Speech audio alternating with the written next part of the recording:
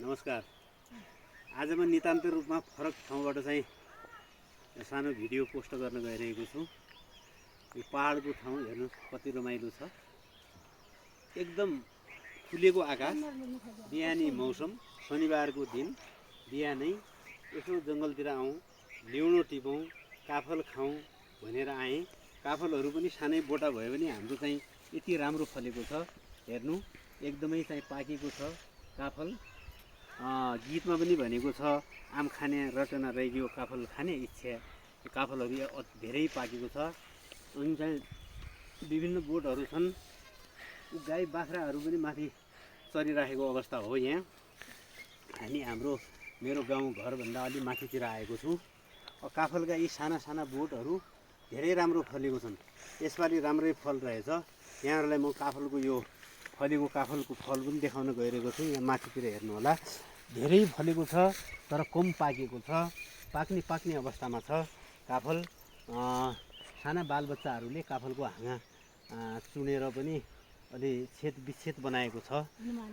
अति राम्रो चाहिँ पाकेको काफल। ऊ फल हेर्नु त, ऊ माथि कति राम्रो फल छ। धेरै फलेको छ, धेरै रमाइलो छ। स्वच्छ हावा, स्वच्छ पानी। यसै गरी यहाँहरूलाई मैले गोलेश्वरी मालिका पनि देखाउन चाहेँ। यहाँबाट यतैबाट हजुरलाई दर्शन गर्नुहोला। डोटी जिल्ला सायल गाउँपालिकाको दक्षिणमा रहेको गोलेश्वरी मालिका। त्यो डाँडामा हाम्रो यो सुनखोलाको मुहान पनि हो गोलेश्वरी मालिकाको खेतीमा। गोलेश्वरी मालिका त्यहाँ विराजमान हुनुहुन्छ।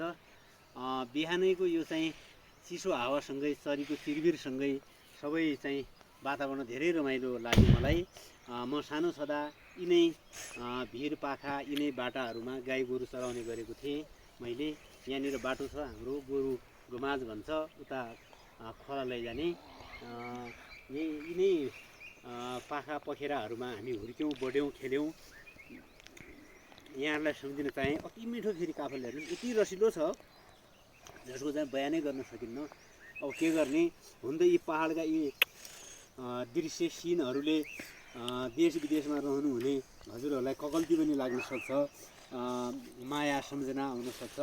यो हेरेर भए पनि हजुरहरूले आफ्नो तृष्णा मेटाउनु होला। यसै गरी मैले यहाँहरूलाई यहाँको चाहिँ हाम्रो यो दृश्य देखाउन चाहेँ। यता पारीको मजाको जङ्गल छ, मजाले चाहिँ पलाएको छ आजभोलि पालुवा। अब आज जेठको 2 गते हो 2083 साल। आज शनिबारको दिन बिहानै। अब एकछिनमा हामी उता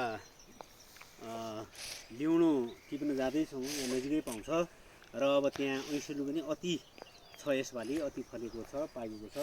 त्यो पनि खान्छौँ। यहाँहरू सबैलाई सम्झिन पनि चाहेँ। हजुरहरूलाई विभिन्न सिनहरू पनि देखाउन गइरहेको छु म। यो चाहिँ हाम्रो केराबारी धिक्रेना सडक हो। ऊ त्यो तल देखिरहेको यहाँबाट ऊ त्यो खप्तड हो। अब यसपालिको दशहरा सायद 12 गते छ। हामी 10 गते यहाँबाट खप्तड प्रस्थान पनि गर्दैछौँ।